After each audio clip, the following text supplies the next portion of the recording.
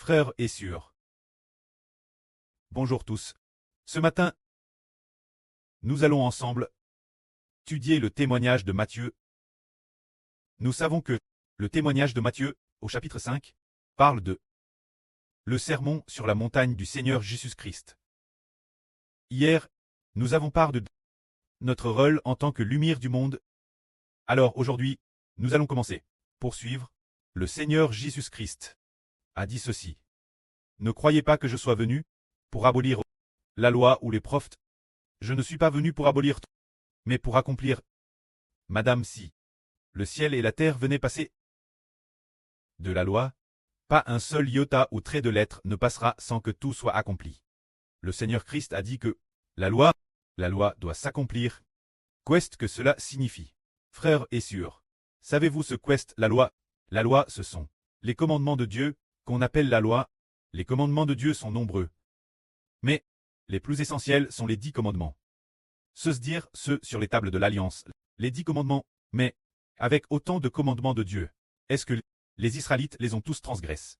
Par exemple, le premier commandement dit « Je suis Jéhovah ton Dieu, qui t'a fait sortir du pays d'Égypte de la maison de servitude.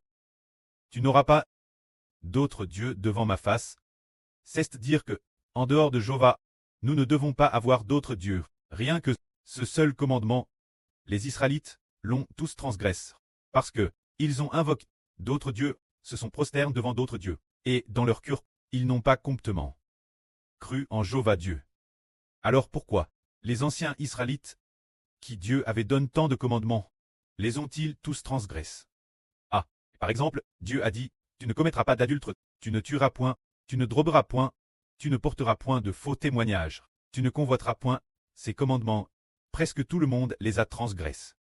Alors, si l'on additionne tous les commandements, c'est que, si l'on ne transgresse pas celui-ci, on transgresse celui-là. Autrement dit, c'est que tout le monde a transgressé les commandements de Dieu. C'est dire que tout le monde a transgressé la loi de Dieu et n'a pas pu respecter la loi de Dieu. Pourtant, le Seigneur Jésus a dit que le Seigneur est venu pour accomplir la loi, et il a aussi dit que l'univers entier passera, mais que pas un seul iota de la loi ne passera sans trait accompli. Le Seigneur voulait dire que l'univers entier sera détruit à l'avenir, mais que, quand le Seigneur vient, permettait aux gens de pouvoir respecter la loi de Dieu sans trait détruit. Alors, la venue du Seigneur Jésus a-t-elle vraiment permis aux gens de respecter la loi? Moïse, qui a promulgué la loi, ne pouvait pas lui-même la respecter. Alors, après Moïse, nation après nation de prêtres, personne ne la respecte non plus. Tout le monde la transgresse. Pourquoi la venue du Seigneur Jésus-Christ permettrait-elle aux gens de pouvoir respecter et d'accomplir la loi? En réalité, ce qui permet de respecter la loi, n'est-ce pas la loi elle-même? Par exemple, prenons un exemple. Par exemple, tu ne commettras pas d'adultère. Ce verset est la vraie. Il est juste. Tu ne te feras pas d'idole.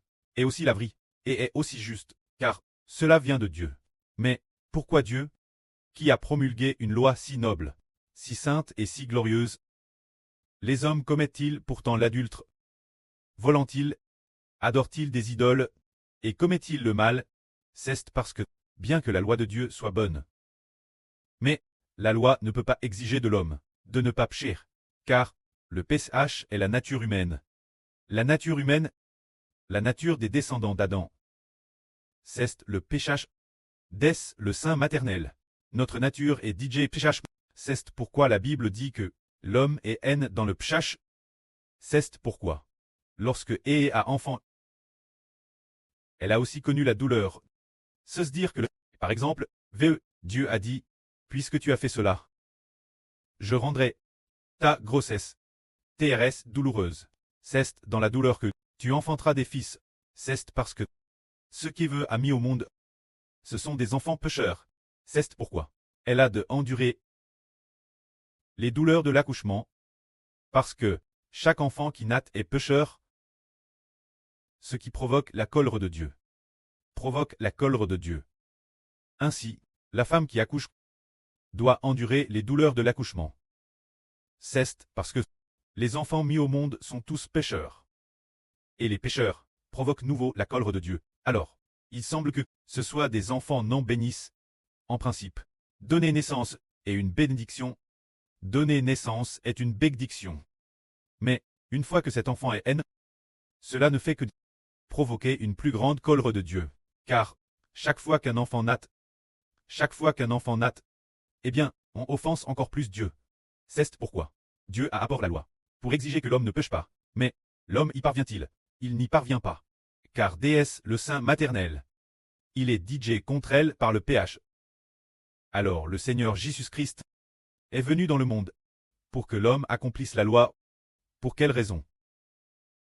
Parce que, le Seigneur, puisqu'il est le Rédempteur, a le pouvoir de faire en sorte que le péché en l'homme, de donner l'homme le pouvoir de faire en sorte que le péché en l'homme puisse très purifier, pour que le péché ne continue pas habiter en l'homme, pour que l'homme ne continue pas vivre dans le péché.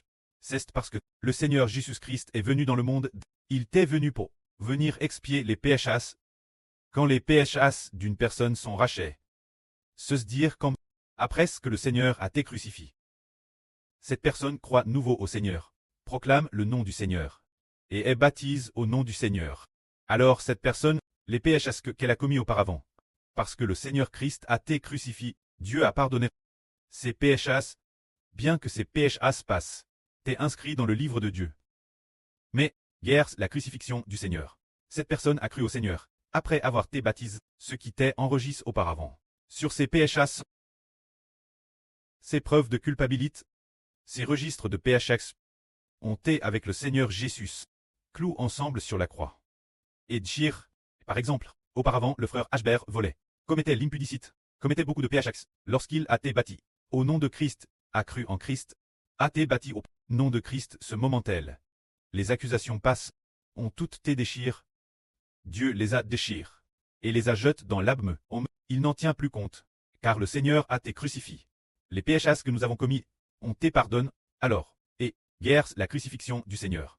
Après ce que nos péchés ont été pardonnés, le Seigneur Jésus est ressuscité des morts, après sa résurrection des morts. Il a reçu, donne par Dieu, tout pouvoir dans le ciel et sur la terre. Ainsi, le Seigneur Jésus ce moment-tel, après sa résurrection, il est pour toujours devenu notre Seigneur, puisqu'il est notre Seigneur. Notre esprit n'appartient plus nous-mêmes. Mais, avant d'être baptisés, nous n'étions pas baptisés. Avant d'appartenir au Seigneur Christ, notre esprit nous appartenait, parce que nous n'avions pas encore de Rédempteur. Notre esprit n'appartenait pas au Seigneur Jésus, ni Dieu, quand nous n'étions pas baptisés, avant de connaître Dieu là. Mais, déesse que nous connaissons le précleste Jéhovah, cru en son Fils, Jésus, et après, nous devons appeler Jésus Seigneur. En sait, l'appeler Seigneur, cela signifie donc que nous remettons notre esprit entre les mains du Seigneur. Nous avons pris quelques exemples. Par exemple, ceci est l'esprit du frère Ashbert. Juste un exemple, auparavant, il était l'intérieur du frère Ashbert, contre elle par le frère Ashbert, mais en tant baptiste, et uni au Seigneur Christ. Alors il est remis au Seigneur. Le Seigneur dit, l'esprit de l'enfant est désormais contre elle par le Seigneur, dans la main du Seigneur Jésus. Il contre l'esprit du frère Ashbert. Quand il contre l'esprit du frère Ashbert, auparavant celui du frère Ashbert, l'esprit du frère Ashbert est ainsi. Satan. Satan. Oh, l'esprit du frère Ashbert est entre ses propres mains. Il le contrait lui-même. Alors je vais mettre le péché en Ashbert. Le frère Ashbert a vu le péché entrer en lui, sans madame s'en rendre compte, pensant que c'est Thérèse bien, je peux regarder de belles femmes, hein, je peux le faire. Faire toutes sortes de PSHS, ALL, commettre des PHS, offenser Dieu, sans y faire attention, contre elle par le péché. Sans madame le savoir, parce que il est mis nu et exposé, sans force pour résister. Mais maintenant, le frère Ashbert réalise que A ne va plus. L'esprit du frère Ashbert doit être remis au Seigneur. Le Seigneur le projette ainsi, une protection blinde, et l'autorité du Seigneur surpasse de loin Satan le diable. Alors, le diable ne peut plus donner le piège au frère Ashbert. Au contraire, le Seigneur Jésus-Christ, le protège, TRS, bien, le garde si bien ainsi. Et, le Seigneur Jésus-Christ, met nouveau l'Esprit de Dieu et l'Esprit du Seigneur dans le frère Ashbert. Alors, le frère Ashbert vit selon l'image du Saint-Esprit, vit selon l'image de l'Esprit de Christ. Auparavant, avant d'être baptisé, s'entre sous le nom du Seigneur. Jésus n'était pas encore le Seigneur du frère Ashbert, ni le prêtre du frère Ashbert. Avant cela, le précleste Yahv n'était pas encore le dieu des Hbert, ni le pré des Hbert, auparavant. Quand Hbert s'appartenait encore. Il était alors contre elle par le Pshach. Il était contre elle par Satan. Mais, Dius le Rédempteur, après serait venu, notre esprit, puisqu'il lui appartient par le baptême. Son autorité puissante surpasse de loin le pouvoir du Pshach. Surpasse de loin le pouvoir du diable. Et projet l'esprit du frère Hbert. Par conséquent, dormait le frère Hbert. Ne pche plus, alors, pourquoi ne pchait-il pas? Parce que l'esprit du frère Hbert n'est pas entre ses propres mains. Alors, l'esprit du frère Hbert est entre les mains de qui? Il est entre les mains du Seigneur Christ. Pour que le frère Ber pche, moins que notre Seigneur Jésus-Christ n'y consente. Moins que le précleste et le Seigneur n'y consentent. Alors seulement, le frère Hbert pourrait pcher. Alors comment? Pourquoi faut-il le consentement du prêtre et du Seigneur? Parce que l'esprit du frère Hbert appartient Dieu et au Seigneur qui le dirige. Le diable pousse l'homme pcher. Ce n'est pas de l'homme lui-même. Ce n'est pas nous qui pchons par nous-mêmes. C'est Satan qui nous fait pcher.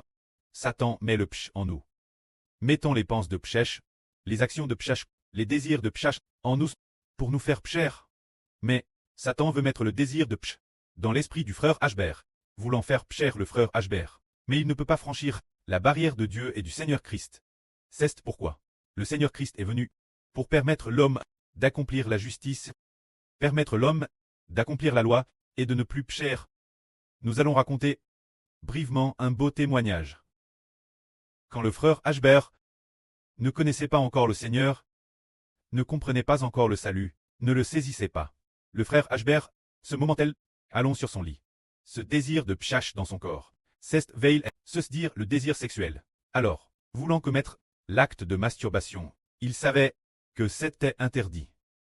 Que cela offenserait Dieu, mais il y avait une force qui poussait le frère Hbert, et il ne pouvait surmonter. Le frère Hbert ne pouvait surmonter cette force. Alors, chaque fois, cédant au désir de pchèche, il commettait l'acte de pch. Une fois l'acte accompli, il souffrait tellement qu'il souhaitait ardemment, se frapper, se donner des coups de poing.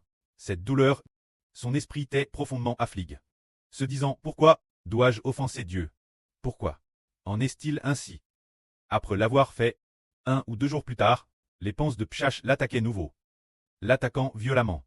Et il pchait encore, après avoir pch ainsi sans fin. Plus tard, il a enfin compris. A déclaré son baptême en disant, au nom de Jésus-Christ, déclarant que nous appartenons au nom de Jésus. Et, en le proclamant, au nom de Jésus-Christ, je déclare que le frère Hbert appartient au nom du Seigneur Jésus-Christ, pour que le Seigneur Jésus-Christ devienne le Seigneur du frère Hbert. L'esprit de Hbert n'est plus sous son propre contrôle, il est sous le contrôle de Jésus-Christ, baptise au nom du Prêtre du Fils et du Saint-Esprit. Ce moment-là, son propre esprit ne lui appartient plus. Il appartient Dieu Christ, au Saint-Esprit. Ah, bien et ça, le frère Hbert ne l'a su que plus tard qu'il était lui-même le Saint-Esprit. Ce moment-là, auparavant, il ne savait pas cette chose, c'est quand l'Esprit de Dieu a été donné au frère Hbert. L'Esprit du Seigneur a aussi été plat en lui. Alors l'Esprit du prêtre et l'Esprit du Seigneur sont devenus l'Esprit du frère Hbert. Ainsi le frère Hbert est devenu le Saint-Esprit, ce qui signifie qu'il est plaque sous le nom du frère Hbert. Se dire que l'Esprit de l'homme est plat sous le nom du Seigneur, sous le nom du Saint-Esprit, sous le nom du pré-cleste.